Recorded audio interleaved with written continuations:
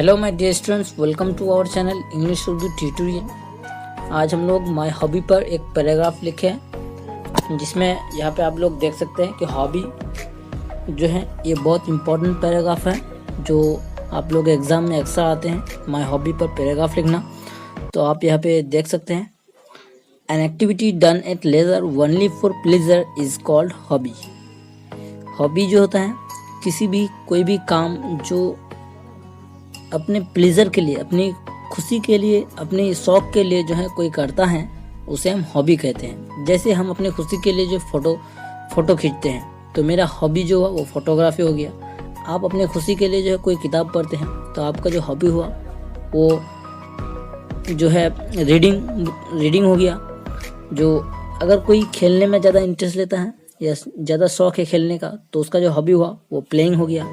Playing football, playing cricket, ऐसा जो भी खेल होगा। तो उसी तरह अपना अपना हॉबी होता है। किसी का जो हॉबी होता है वो स्विमिंग होता है, तैरना, समंदर में तैरना, दरिया में तैरना, स्विमिंग उसका हॉबी हो गया। तो मेरा हॉबी जो है यहाँ पे हम लिखे हैं एक ऐसे ही जो है फोटोग्राफी पर। तो यहाँ पे फोटोग्राफी पर जो हॉबी है इसके बारे में हम लोग आज पैराग्राफ लिखेंगे। तो यहाँ पे देखें, my hobby is photography. I take shots of those things that are lovely and wonderful. मैं उन चीज़ों पर ज़्यादा फ़ोटो लेता हूँ, ज़्यादा कैमरा लेता हूँ जो मुझे बहुत अच्छे लगते हैं और वंडरफुल, हैरतअंगेज मालूम होते हैं। ताज्जुब वाली चीज़ों को मैं ज़्यादा जो है अपने कैमरे में कैद करता हूँ। Everybody praises of my shots of a butterfly on a rose और द प्लेइंग किटन्स। हर कोई जो है मुझे जो है मेरी जो है तारीफ़ करते हैं, क्योंकि जब मैं कोई एक बटरफ्लाई का, एक रोज़ पर बैठे हुए बटरफ्लाई का जो है फ़ोटो लेता हूँ, तो हर कोई जो है मुझसे जो है मेरी जो है तारीफ़ करते हैं। I also take interest in capturing life's happy moments. और वो लम्हे भी मुझे ज़्यादा अच्छे लगते हैं जब ज़िंदगी के खुशी वाले लम्हे जो है मेरे ज़िंदगी में आते हैं, तो उस लम्हे को जो है मैं भी जो है कैद कर लेता हूँ अपने कैमरे में। We realize them as years go by. हम उसे याद कर लेते हैं जब सालों साल जो है गुजर जाते हैं। My mother may become impatient to smile for the camera. मेरी जो माँ है वो इस कैमरे के लिए बहुत ही मुस्कुराते हैं, बहुत ही अच्छे मालूम होते हैं, वो खुशगवार लगते हैं। My restless brother may not like to sit for a shot. मेरे जो भाई है, जब मैं कोई कैमरा लेता हूँ, जब मैं फ़ोटो लेता हूँ, तो वो जो है इससे दूर भागते हैं।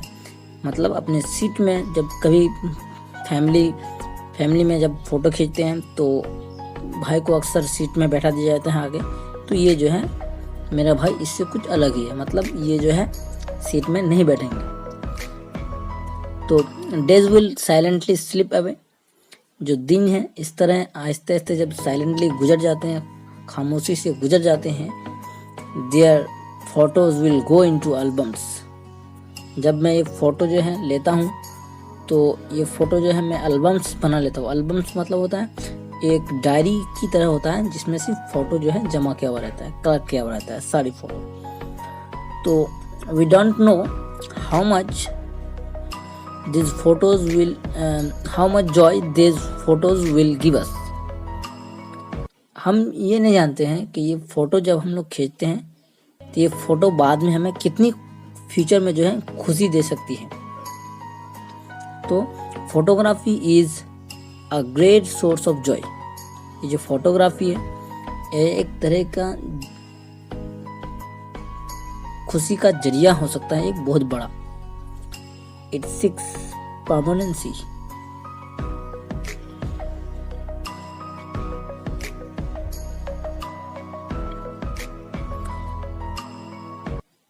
It seeks permanency in an impermanent world।